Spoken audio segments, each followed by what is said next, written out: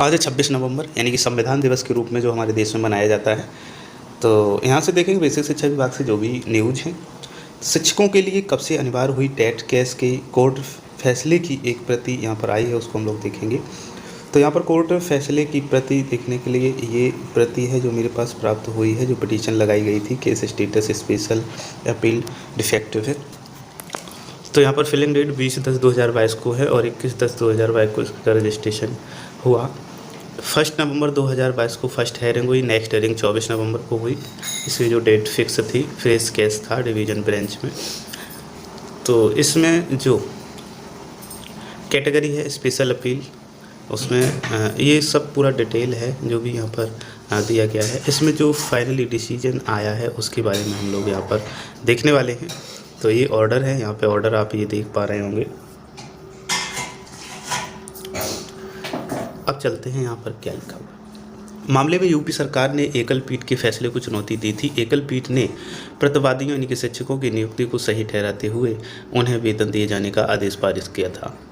UP सरकार की ओर से पेश एक हुए अधिवक्ता रामानंद पांडे ने तर्क दिया कि मुरादाबाद के वित्त पोषित प्राथमिक विद्यालय में प्रतिवादियों शिक्षकों की नियुक्ति संसद द्वारा पास किए गए बिल शिक्षा के अधिकार के तहत राष्ट्रीय अध्यापक शिक्षा परिषद NCERT की ओर से 23 अगस्त 2010 को जारी अधिसूचना के बाद हुई है। प्रतिवादी शिक्षक अगस्त 2022 में नियुक्त किए गए। उस समय NCERT की ओर से जारी अधिसूचना पूरे देश में लागू होने के साथ प्रदेश सरकारों पर बाध्य थी। लिहाजा यूपी में भी उसी समय से जरूरी कर दिया गया। उस समय प्रतिवादी शिक्षक टेट पास नहीं थे, लिहाजा ये बतौर शिक्षक नहीं नियुक्त किए जा सकते थे। इनकी नियुक्ति अवैध है, इसलिए BSc मुरादाबाद ने इनके आवेदन के अनुमोदन को मना कर दिया है। एकल पीठ ने 20 जून 2022 को अपने आदेश में इस तथ्य को ध्यान न देते हुए एक तरफा आदेश पारित कर दिया। जवाब में प्रतिवादियों शिक्षकों के अधिवक्ता की ओर से तर्क दिया गया कि यूपी सरकार ने प्राथमिक विद्यालयों में शिक्षकों की नियुक्ति की अनिवार्यता के लिए 8 अप्रैल 2013 को शासनादेश जारी किया है। प्रतिवादियों की नियुक्ति उसके पहले ही हो चुकी है। इसके अलावा सरकार ने शिक्षकों की टेट पास करने के लिए बार बार समय भी दिया। अब ये प्रतिवादी शिक्षक टेट पास है, लिहाजा इन्हें शिक्षक मानते हुए वेतन दिया जाए। सरकारी अधिवक्ता ने कहा कि यूपी सरकार ने उन शिक्षकों को टेट करने का समय दिया जिनकी नियुक्ति NCERT की जारी अधिसूचना से पहले हुई है। आगे देखते हैं तो यहाँ पर दूसरी न्यूज़ है, सभी स्कूल DBT प्रक्रिया जल्द पूरी करें, नहीं चलेगी ढिलाई।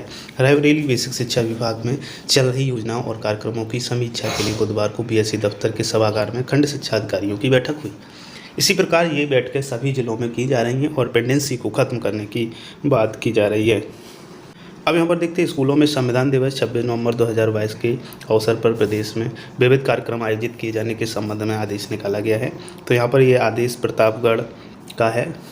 कार्यालय जिला बेसिक शिक्षा अधिकारी प्रतापगढ़ की ओर से संविधान दिवस के अवसर पर विद्यालयों में जो निकायों, संगठनों, स्थानीय निकायों, शैक्षिक संस्थानों को दिनांक 26 नवंबर 2022 को पूर्वाह्न 11 बजे संविधान की प्रस्तावना का पाठन एवं संविधान के संवैधानिक मूल्यों और मूलभूत सिद्धांतों पर आधारित वाद विवाद, वेबिनार, गोष्ठी आदि का आयोजन कराने हेतु निर्देश दिया गया है।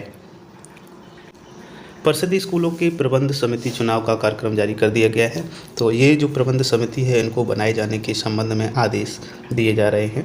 प्रभारी अधिकारी और खंड शिक्षा अधिकारी को सह प्रभारी अधिकारी बनाया गया है। चुनाव प्रक्रिया 26 नवंबर से 30 नवंबर के बीच संपन्न करानी होगी। तो ये इस प्रकार से विभिन्न जिलों में अलग अलग डेटें निर्धारित की गई हैं और यहाँ पर जो विद्यालयों में प्रबंध समिति होते हैं उसका चुनाव किया जाना है, यानी कि नई प्रबंध समिति का निर्माण किया जाएगा।